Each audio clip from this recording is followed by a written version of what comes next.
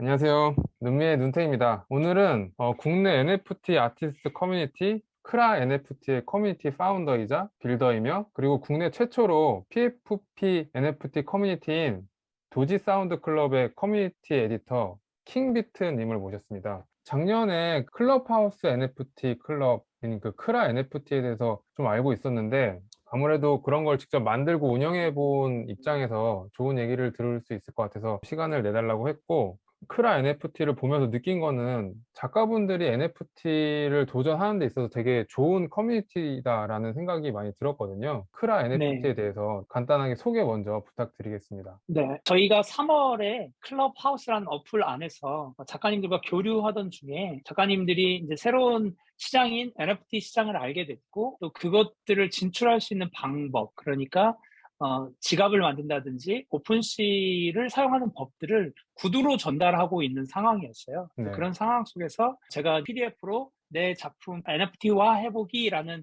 PDF를 만들었고, 그것들을 나누기 위해서 오픈 카톡방에 3월 14일, 17일 이 정도쯤에 방을 개설하게 됐고, 작가님들 이곳에 오시면 제가 그 링크를 드릴게요 하면서 구글 드라이브 링크를 드리기 시작하면서 시작된 커뮤니티예요. 네. 그래서 결과적으로 지금은 한 800명 후반대에 이제 커뮤니티가 형성이 돼 있고, 그 안에는 작가님들뿐만 아니라 IT에서 NFT에 관심이 있으신 기획자, 회사 중역들이나 대표님들, 그리고 심지어 이제 컬렉터님들까지 들어오셔서 작가들 중심으로 돌아가는 방이긴 하지만 이렇게 좀 다양하게 NFT 아트를 사랑하는 사람들끼리 모여서 정보를 교류하고 있는 그런 곳입니다. 정식 명칭은 크라 NFT잖아요. 네, 맞습니다. 네. 네, 크라 NFT를 처음에 만들게 된 계기가 혹시 어떻게 되시나요? 다른 건 없어요. 진짜 순수하게 정보를 좀 나눠드리고 싶다. 그리고 거기에 사심이 하나 있다면 그림을 저희가 그린다고 하니, 네. 그리고 앞으로 이 길을 갈 거라고 하니,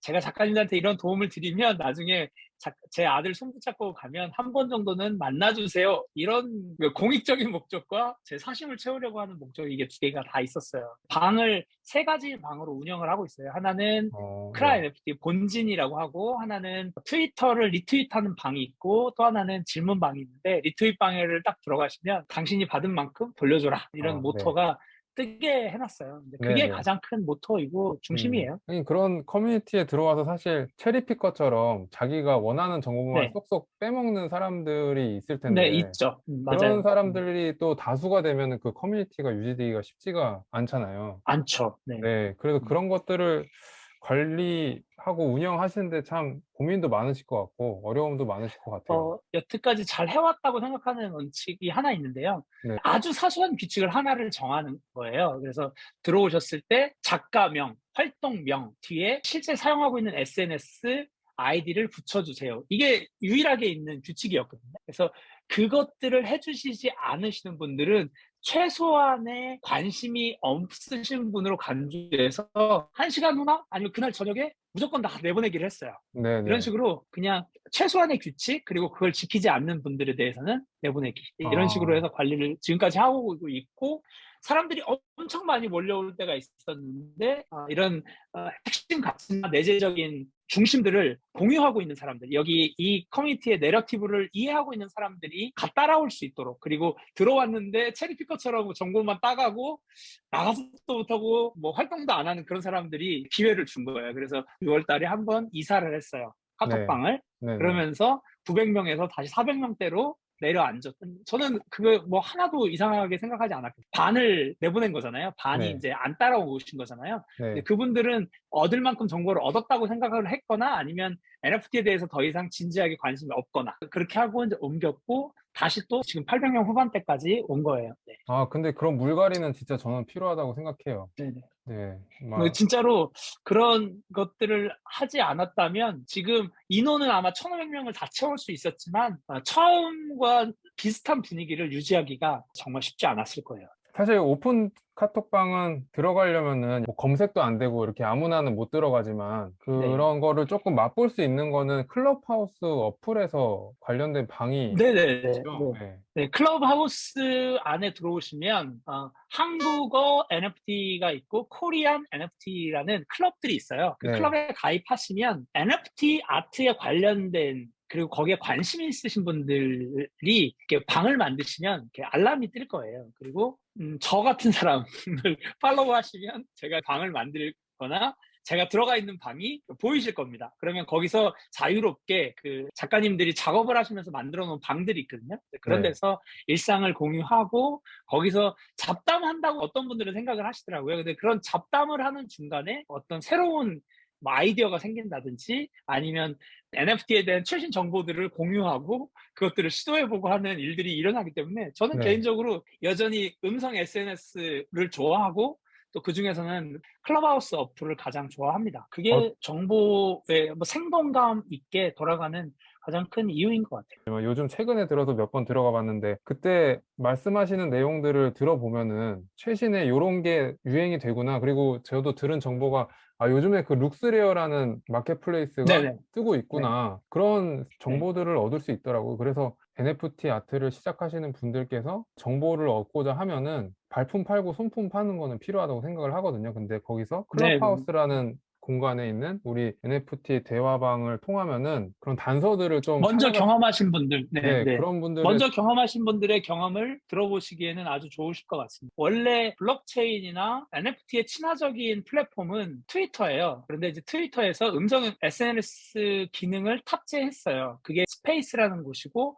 작가님들 포함해서 많은 분들이 스페이스로 이동하셔서 거기서 대화들을 많이 하시긴 해요. 지금도. 네, 그래서 뭐 추세는 트위터가 가지고 왔다 이런 생각이 좀 들고요. 트위터에서 NFT 작가들이 대화하는 방을 보시려면 관심 있는 작가들을 팔로우를 많이 하셔야 돼요. 그러면 그 방이 보여져요. 그분들이 참여하는 방이나 그분들이 개설한 방들이 보여집니다. 그래서 음, 그렇게 청취자로서 들어가셔서 최신 정보들이나 트렌드들이나 이런 것들을 읽어내실 수 있을 거예요. 네, 도움이 그래서 되는 내용인 것 같아요, 진짜. 네네. 오늘 이제 첫 번째 주제가 작가들이 도움받는 방법이잖아요. 네, NFT 작가들 먼저 해보신 분들한테 물어보시면 기본적으로 필수라고 말씀하는 게 트위터일 거거든요. 트위터를 하셔야 하고 거기서 나랑 비슷한 NFT 아트를 하고 계신 분들을 팔로우 하시는 것도 되게 좋은 방법이고 또 한 가지는 영어권 사람들, NFT 아티스트들과 한국어권 사람들을 골고루 잘 섞으셔야 돼요. 그래서 어, 한국어로 정보를 얻는 것도 굉장히 중요하고 그거는 네, 왜냐하면 커뮤니티를 형성할 수 있기 때문에 같은 네, 언어권의 커뮤니티 형성하는 것 너무너무 중요하고 또한 최신 트렌드나 최신의 정보들을 얻으려면 영어권 NFT 작가들이나 NFT 관련하는 사람들, 블록체인 관련하는 사람들의 것들을 팔로우해야 그런 트위터 스페이스가 보이고 또 그런 공간들이 자기가 참여하실 수 있어요. 뭐 초기 이야기를 좀 드리자면 네, 그 당시만 해도 클럽하우스에 영어권 NFT에 관련한 사람들이 방을 정말 많이 개설을 했고 자기 아트를 소개하는 것, 너의 아트를 소개해 이런 방들이 많이 열렸었고 네, 그런 방들에서 발표를 하기 위해서 2시간, 길게는 3시간까지도 대기를 하면서 손을 들고 5분 발언을 했던 기억들이 있거든요. 어, 지금 여러분들이 막 NFT를 찾다 보면은 이미 뭐 조금 잘 나간다고 생각하시는 작가님들이 있잖아요. 그 네, 작가님들 대부분, 한국 작가님 대부분이 다 네, 그런 과정들을 거쳤어요. 어, 열심히 클럽하우스라는 공간에서 NFT에 관련된 방들을 다 찾아 들어가고 거기에서 나는 한국 사람이고 나는 이런 그림을 그리고 있고 내 NFT는 이런 거야 라고 자기를 소개하는 시간. 뭐 아, 길어봐야 5분, 짧으면 3분 이렇게 했던 것 같아요. 그리고 우리끼리 이제 아는 사람들끼리 그런 걸 또 연습 삼아서 자기 작품을 설명하고 자기가 살아온 이야기를 하고 이런 시간들을 이제 하이라이트라고 하거든요. 네, 아티스트 하이라이트 이런 식의 표현 아니면 자기 디지털 작품을 NFT화 하는 걸 민팅한다고 하는데 그리고 그 민팅한 것들을 소개하는 거를 드랍 파티라고 말을 하는데 그런 드랍 네, 파티라고 해서 사람들을 끌어모으고 거기서 자기 작품을 소개하고 이런 것들을 정말 많이 했어요. 그리고 어, 지금도 하고 있고요. 더불어서 이런 이야기를 하면서 제가 드리고 싶은 말씀은 결코 작품 하나만 가지고는 승부가 안 된다. 내 작품을 봐줄 사람이 필요하고 내 작품을 구매할 사람이 필요한데 이러한 것들을 하기 위해서는 반드시 나를 알리는 걸 해야 된다. 그러려면 어떻게 해야 되느냐? 음성 SNS든 트위터에서든 적극적으로 다른 사람들과 팔로우하고 소통하려고 노력을 하셔야 돼요. 그거가 힘드신 분들은 사실 NFT 시장에서도 그렇게 두각을 드러낼 수가 없어요.